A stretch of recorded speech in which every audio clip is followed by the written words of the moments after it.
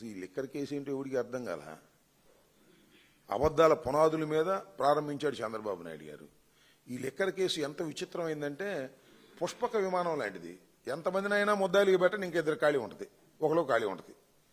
వరుసనే పెట్టుకుంటూ పోవటమే. ఎవడు దొరికితే వాడిని లోపలేసే కార్యక్రమాలు ఈ లిక్కర్ కేసులో తీసుకొచ్చేటటువంటి కార్యక్రమం చేస్తున్నారు.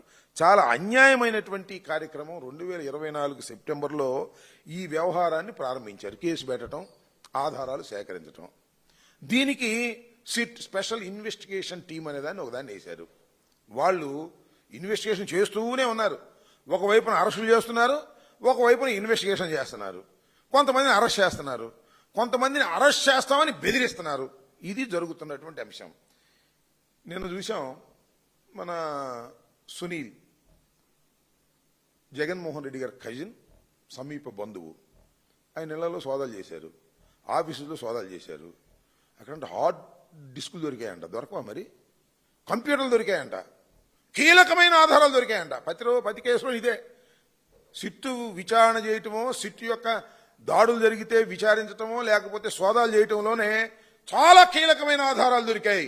ఒక పెద్ద స్టంటు, ఒక కథ, ఒక కల్పితమైన కథ నడిపేటటువంటి కార్యక్రమం చేస్తున్నారు.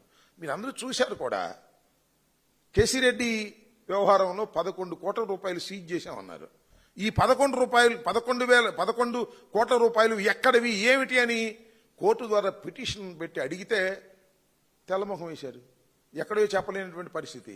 అంత కట్టుకథ అనేది చాలా క్లియర్గా అర్థమైపోతున్నటువంటి అంశాలు మనం చూస్తున్నాం. అంతేకాదు, మీరు రాష్ట్ర ప్రజానీకం కానీ, మేధావులు కానీ, న్యాయ నిపుణులు కానీ ఆలోచించదగినటువంటి ఒక కీలకమైన పరిణామాన్ని మనం చూసాం.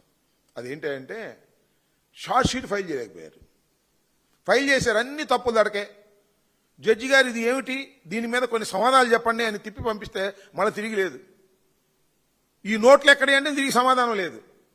అంటే దీన్ని బట్టి అర్థమవుతుంది ఏంటి, నేరారోపణ చేశారు కానీ దానికి సంబంధించినటువంటి ఆధారాలను సమీకరించడంలో మాత్రం పూర్తిగా సిట్ విఫలమైపోయింది.